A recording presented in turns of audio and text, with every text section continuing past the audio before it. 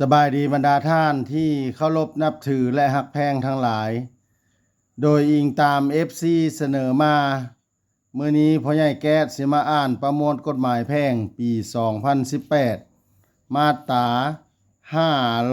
565 มูลมรดก มูลมรดกแม่นทรัพย์ที่เป็นกรรมสิทธิ์ของผู้เสียชีวิต รวมทั้งสิทธิ์และพันธะของผู้เกี่ยว เว้นเสียแต่สิทธิ์และพันธะซึ่งกฎหมายหรือสัญญาได้กำหนดไว้ให้ผู้เสียชีวิตต้องปฏิบัติด้วยตนเอง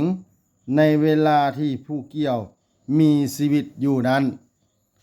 ถ้าทึกใจให้กดไลค์กดแชร์กดติดตามพ่อใหญ่แก๊สหน่อยเด้อ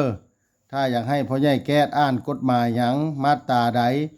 ให้บอกมาเลยเด้อขอขอบใจ